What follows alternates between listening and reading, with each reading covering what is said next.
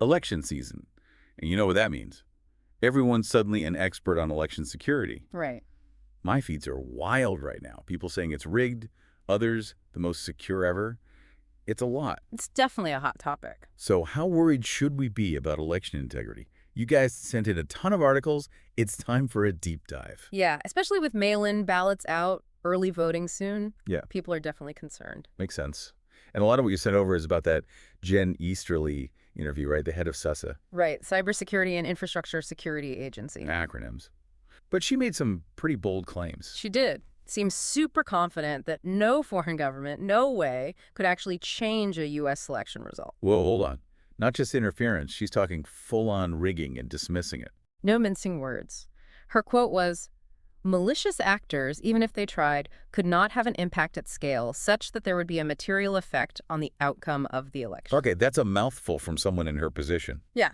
But is it bluster? Does she have anything to back that up? Well, her background's cybersecurity, military, government. She's not talking off the cuff here. That's true. She knows what's at stake. But still, election security feels huge, complex. Yeah. It can't just be about stopping hackers, right? You're right. It's way bigger than some guy in a hoodie, you know? Easterly actually says the U.S. has improved massively since 2020, and a lot of it is paper. Paper. Like, we're going old school, Stone Age voting. Not quite, but over 97% of places now use paper ballots. Huh. Think of it as a physical record. Any discrepancies, you recount those? Okay, like a backup copy for democracy.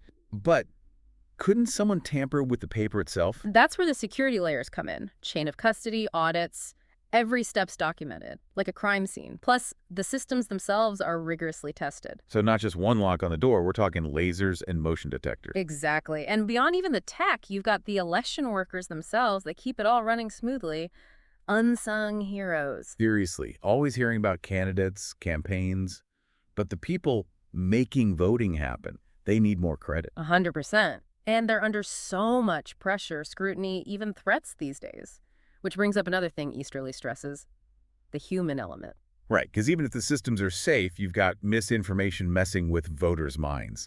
Is that what worries her most? Seems like a bigger deal to CISA than just hacking voting machines. It's less about the vote, more about hacking people. So it's like the battlegrounds are brains now, not the ballot box. Kinda, yeah. And what's really wild is it's not just one bad guy, you know? Oh. Easterly specifically called out Russia, Iran, China, all L trying to mess with the 2024 election. See, now that's what gets me. Is this legit or conspiracy theory land? Because that's coming from the top. Right. Oh, it's legit. And it's sneakier than you'd think. Just last month, Biden's administration took down these fake websites. Yeah, run by the Kremlin. Yeah. Look like news sites, but all pushing pro-Russia stuff. And they weren't just making it up. They got caught actually funding right-wing influencers here. No way. Weaponizing our own social media against us. That's like digital Trojan horse stuff.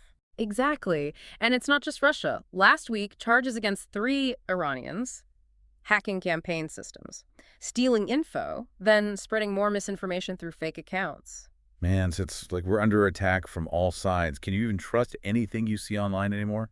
It's tough, for sure. Okay. And this is where it gets really tricky for CISA. They got to walk this line right, protecting us from misinformation, but also free speech. Yeah, you can't just censor everything you disagree with. Where's the line even AT? Exactly. And Easterly was fun about this. CISA secures the systems, voting machines, databases, supporting the workers. They're not the social media police. Okay, so tech support for democracy, not the thought police. Pretty much. Though they do work with the social media companies, try to promote good info, counter the bad stuff, but they can't control what gets allowed or not. Right. But wasn't there that lawsuit, though? States suing the government over this? Yeah. Something about censorship? Yeah, you had those Republican-led states they sued, claiming the government was in cahoots with social media to silence conservative voices. Went all the way to the Supreme Court. Seriously, what happened? Court sided with the government, but it shows how much gray area there is. For sure. It's like whack-a-mole. Yeah. You address one misinformation thing, another pops up. Totally. Easterly's called it an arms race. And she's been very defensive, protecting CISA against those censorship claims. But you can see how hard it is, especially now, so divided. Total tightrope walk. So after all this, verdict time. Can we trust U.S. elections, or is it a house of cards? From what Easterly says, what we know about the systems, the actual voting part, more secure than ever. Paper ballots, the testing, dedicated workers. It'd be really hard to mess with that at scale. However, There's always a however. right, the real weak spot's the information ecosystem around the election. That's where they can do damage. You don't need to hack the vote if you can hack people's minds about the vote. So the voting booth's safe, but the path to get there is mined territory. Pretty much. That's why Easterly keeps saying, patience. We want instant results now, digital age and all. But elections are complex, takes time to count right. Can't let those bad actors use that delay to mess with us. Makes sense. Waiting for results IS-like, the perfect troll bait, isn't it? Totally. Delay does not equal fraud. Often it just means they're being thorough. Okay, so info landscape is a minefield. What do we do about it? Just accept we're being played. No way. Easterly's got advice here. Engage with your local election officials, she says. Learn how it works where you are. That's smart. It's easy to feel powerless with all this talk of interference. But local level, that's something you can actually DO. Yeah. Yeah, it's like knowing your farmer, but for democracy.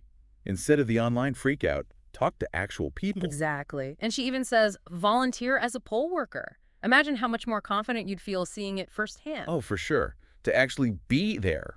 Watch it happen, not just hear about it. Plus, you're helping. It's empowering. Totally. It's easy to get cynical with all this, but ultimately our elections are about U.S. acting together. Every vote, every person who participates matters. Love that. So to wrap this up, sounds like the actual voting itself is more secure than ever. But online, that's the new danger zone. Absolutely. And that means we have to step up too. Can't just vote. Got to be smart about what we believe online, you know? Way easier said than done. Algorithms, targeted stuff. It's like we're wired to get outraged now. How can you even tell what's real? $1,000,000 question. No easy answer, but skepticism is your friend, especially if something plays right into what you already think or gets you super fired up. Double check multiple sources, and if it's all fear-mongering, red flag. Good advice. Trust, but verify, right? Especially online. Well, we covered some ground today, from paper ballots to cyber spies to basically mind control. I'm feeling better equipped for this election for sure. Me too. How? And hey, if something online seems off, don't just hit share. Think about who's saying it, look for fact checks, maybe even ask a friend for a second opinion. Exactly. We can all help, even if it's just being a little more thoughtful about what we spread around. All right, looks like we've reached the end of our deep dive for today. Thanks for joining us as we explored election security and all the craziness of misinformation. It's been a pleasure. And remember, knowledge is power, your vote is your voice. So stay curious, stay informed, and most importantly, go vote. Couldn't have said it better myself. Yeah. Until next time, stay engaged.